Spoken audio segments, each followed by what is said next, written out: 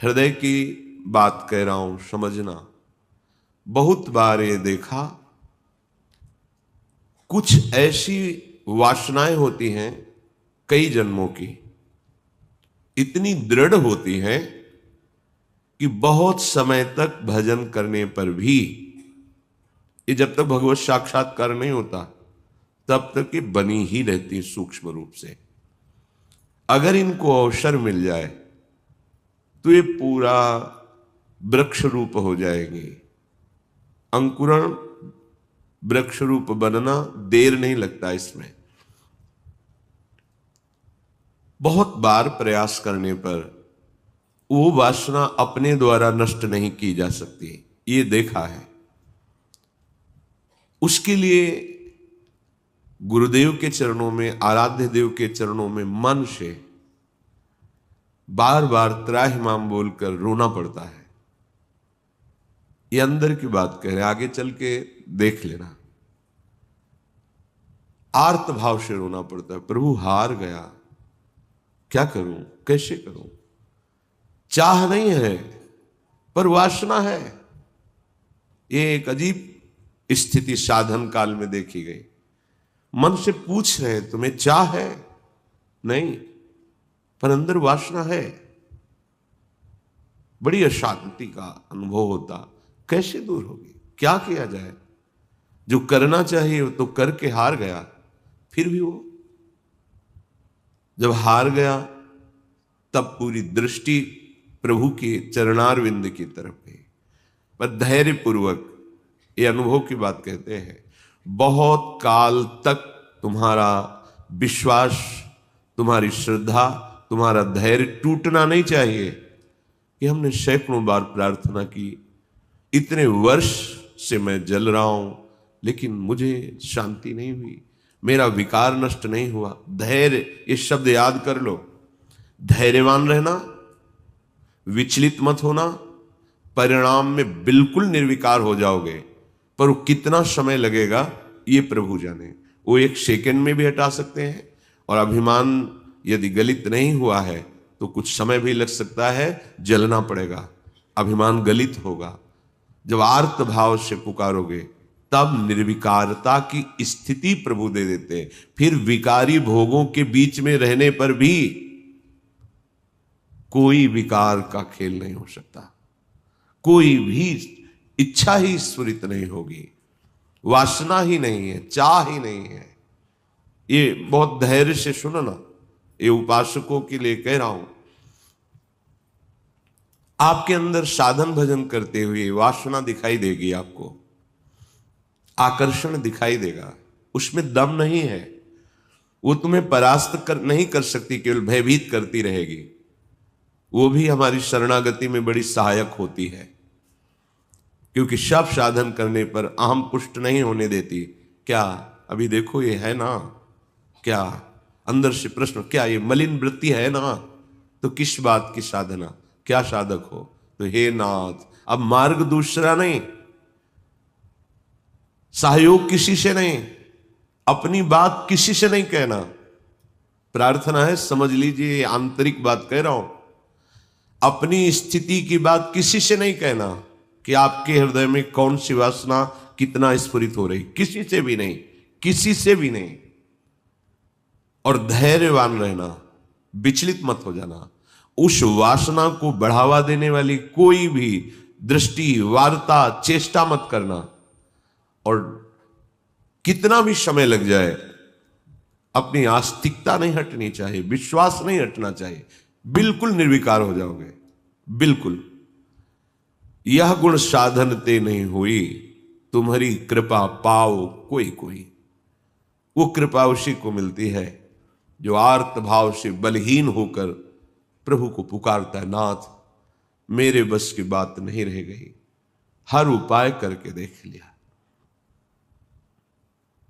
सच्ची मानिए, बहुत ये विचित्र सूक्ष्म बात है। अगर समझ जाओगे तो विचलित कभी नहीं होगे। नई अवस्था साधन मार्ग में बड़ी तीव्रता, जब देखा सूक्ष्म वासना हृदय में है। सावन का महीना था, जल पीकर सावन भर रहेंगे, देखते हैं वासना कैसे रहती है। कोई फर्क नहीं पड़ा उस पर। अन्न का त्याग करते हैं, कई वर्ष तक आलू गुड़ जो भी फलवश, कभी दूध मिल जाए, गंगा किनारे या गांव में सेव संतरा अंगूर केला, ये तो प्रश्न ही नहीं उठता, कुछ फर्क नहीं पड़ा। वो ऐसी सूक्ष्म स्थान पर बैठी रहती है अहम में कि उस पर कोई फर्क नहीं पड़ता। बड़े बड़े सात्विक अनुष्ठान करने पर भी उस पर कोई फर्क नहीं पड़ता। तभी गोस्वामी जी भी लिख रहे हैं, हौ हारे कर जतन विविध विधि अतिशय प्रबल अजय, तुलसीदास बस होई तबहि जब प्रभु पेरक बर जाए। बिल्कुल सिद्ध बात समझ लो। गंगा जी में खड़े होकर के आर्त भाव से पुकारते, प्रभु आप देख रहे हैं एकांत सेवन, आप देख रहे हैं संयम आहार, फिर भी ये वासना क्यों, फिर ये क्यों जला रही है? कोई उत्तर नहीं मिलता। पर दूसरा मार्ग नहीं, किसी का संग नहीं, किसी से प्रश्न नहीं, पता नहीं कैसी सलाह दे दे कि हमारा विश्वास, हमारा धैर्य विचलित हो जाए। नहीं, अपनी बात प्रभु से। प्रार्थना में बहुत सामर्थ्य देखी है। ये अंदर की बात कह रहे हैं, बिल्कुल समझ जाना। ये इसलिए कह रहे हैं, ये मार्ग बहुत फिसलन वाला मार्ग है, बहुत संभाल संभाल के कदम रखने। अंत तो गत्वा ये आया कि हैं हम आपके, जैसे भी हैं वैसे आपके। अब आप देख लो, जैसे रखना चाहते हो वैसे रखो। नाथ मैं हार गया हूं, आप देख लो। कब वो चली गई पता ही नहीं चला। जिससे हम लड़ते रहे, जिससे हम जलते रहे, जिसके लिए हम साधन करते रहे, नहीं फर्क पड़ा। और जब उनके भरोसे छोड़ दिया, कब वो वृत्ति चली गई पता ही नहीं चला। इसीलिए बात कल चिंतन में चल रही थी कि अगर कोई समझ पाए तो इसे जरूर बताएं कि ये करने से नहीं होता, ये होने से होता है।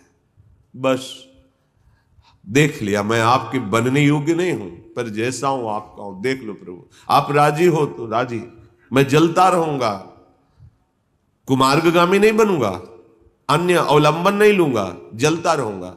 आप राजी हो मेरी जलन में, जीवन भर जलाते रहो। आप देख लो, अब मेरे बस का नहीं रहा, क्योंकि वो सूक्ष्म ऐसा कि वहां कोई प्रहार ही नहीं पहुंच रहा।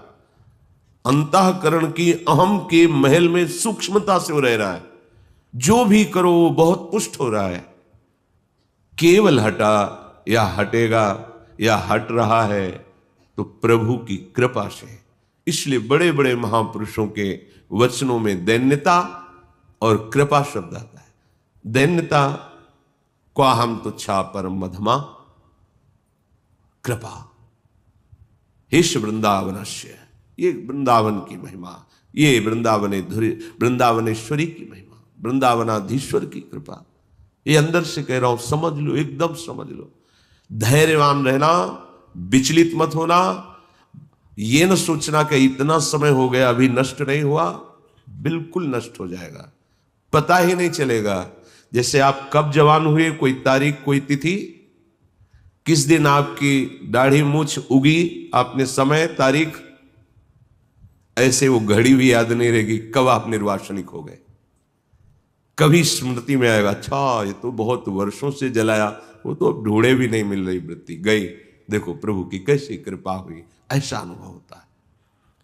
श्रीपाद कह रहे कि शास्त्र और गुरुदेव के वचन करोड़ों बार समझाए जा रहे, तुम्हें समझ में नहीं आ रहा। जिससे लोक निंदा हो, ऐसी चेष्टाएं, ऐसे आचरण, तुम क्यों संयम में नहीं रह रहे? देखो इतना तो है कि हृदय जल रहा है, पर चेष्टाओं पर अंकुश होना चाहिए। हृदय में चाहत जला रही है संसार के भोगों की, पर हम बाहर से संयोग नहीं होने देंगे।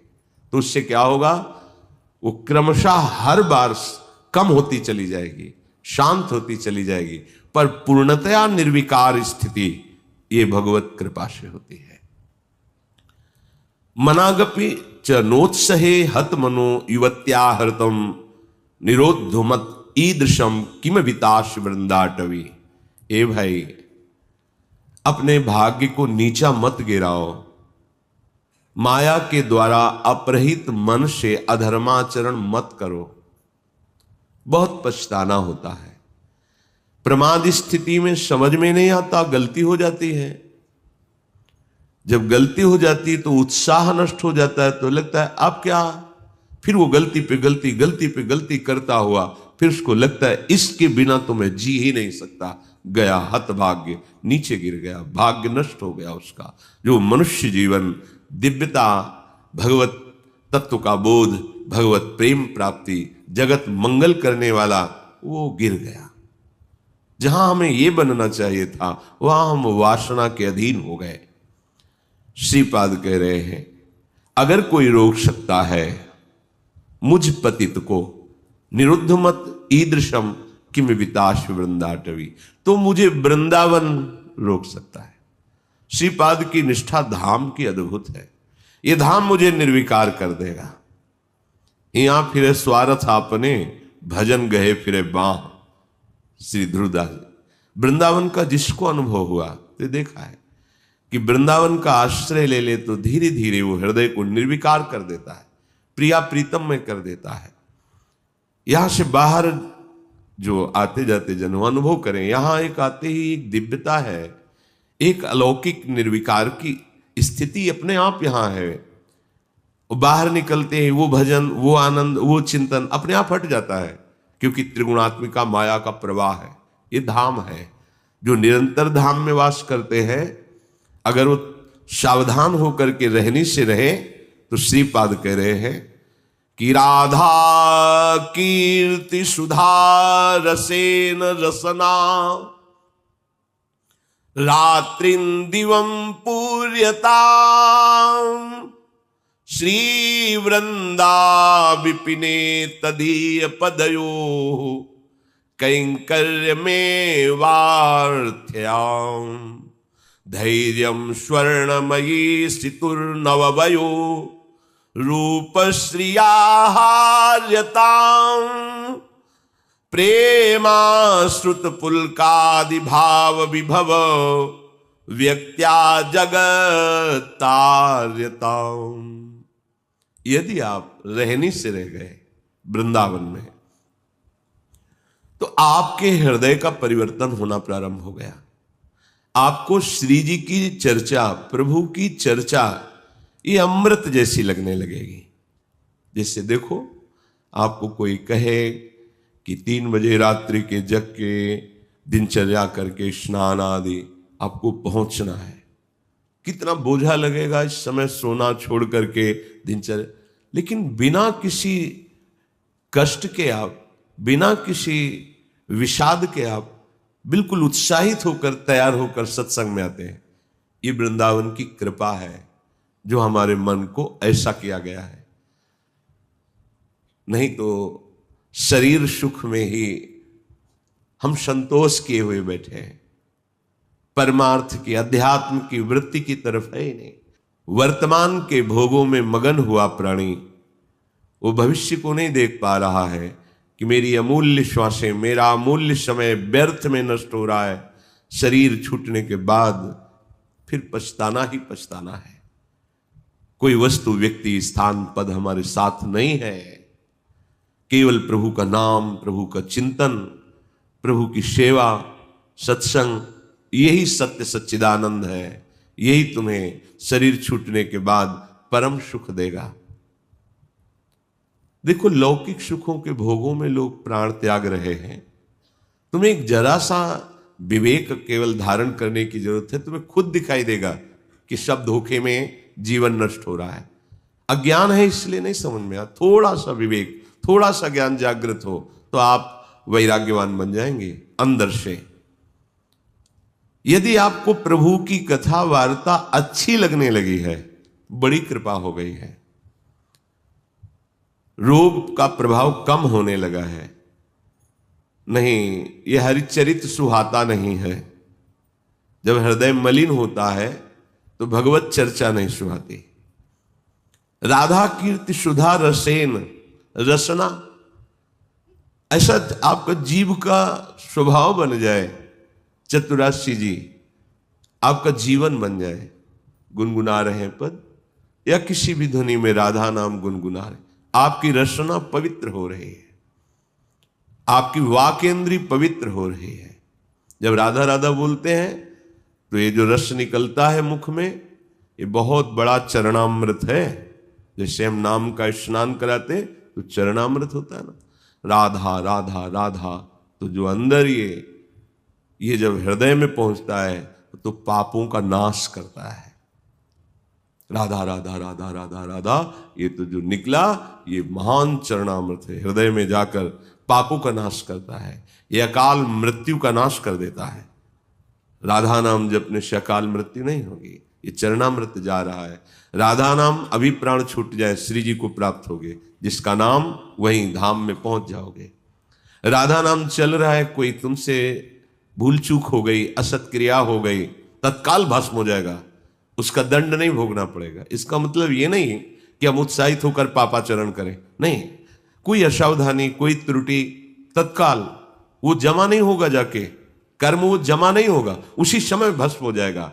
विशेष है तो उसी समय आपको दंड मिल जाएगा। आप चबेटा लगा, गिर गए, आपको ठोकर लगी, अब कुछ हुआ, तत्काल शरणागत के लिए हिसाब आगे नहीं रखा जाता। तत्काल जलन हुई, तत्काल कोई चोट लग गई, तत्काल कोई कटु वचन बोल दिए, हृदय जला, शांत, वो पाप नष्ट। रात्रि दिवम पूर्यताम, पूरा समय जो जागृत का है, प्रभु की महिमामयी लीलाओं को गुनगुनाते हुए, श्रवण करते हुए। देखो कितना बढ़िया कलयुग की कृपा है। आप अपने घर में सत्संग चला के रख दे, पूरे कार्य करें, वो वातावरण भागवती और शब्द सत्संग के पढ़ रहे हैं। जैसे एकाग्रता पूर्वक सुने तो और अच्छा है, पर भजन करने में मन भागता है। अगर सत्संग चला को और फिर भजन करो तो जब भागेगा तो दो बातें हो रही, एक तो नाम चल रहा है और दूसरा सत्संग चल रहा है, तो जा नहीं पाएगा। उसे घेरो पहले, वास्तविक जो भजन का आनंद आएगा वो तो तब खुद अपने आप फिर इच्छा नहीं होगी, ये होगा कि जो नाम चल रहा है उसी को सुने, उसी को देखें, उसी पर। ऐसी स्थिति तक पहुंचने के लिए ये अच्छा है साधन कि सत्संग चला के बैठ गए। अब 1 घंटा का सत्संग चल रहा है और माला लिए बैठे, मन भागने की कोशिश करे सत्संग में, उसे 2 में पकड़ो, सत्संग चल रहा है, नाम चल रहा है, पकड़ा रहे। पूज्य राधा बाबा ने कहा 2 नाम चलाओ एक साथ। कितने प्रवीण महापुरुष हैं, एक तो चल नहीं पा रहा, वो कह रहे एक और अलग अलग। बाबा की अलग अलग महापुरुषों का चिंतन होता है कि जैसे हम जप रहे हैं ये नाम और चिंतन मिला रहे हैं मंत्र, अब भागेगा तो कहां भागेगा? तुझे नाम भी जपना, चिंतन मंत्र का करना है। चल रहा है मंत्र, चिंतन राधा नाम, देखो एक ही में नहीं टिकता है तो 2। कितने प्रवीण, भाग तो भाग, काम भाग के जाएगा, घेरते हैं। तो चलो अपने में इतनी योग्यता नहीं है कि एक साथ, तो फिर सत्संग है, प्रभु की छवि सामने रख लो, बार बार निहारते रहो। इसको डबल लगाना पड़ेगा।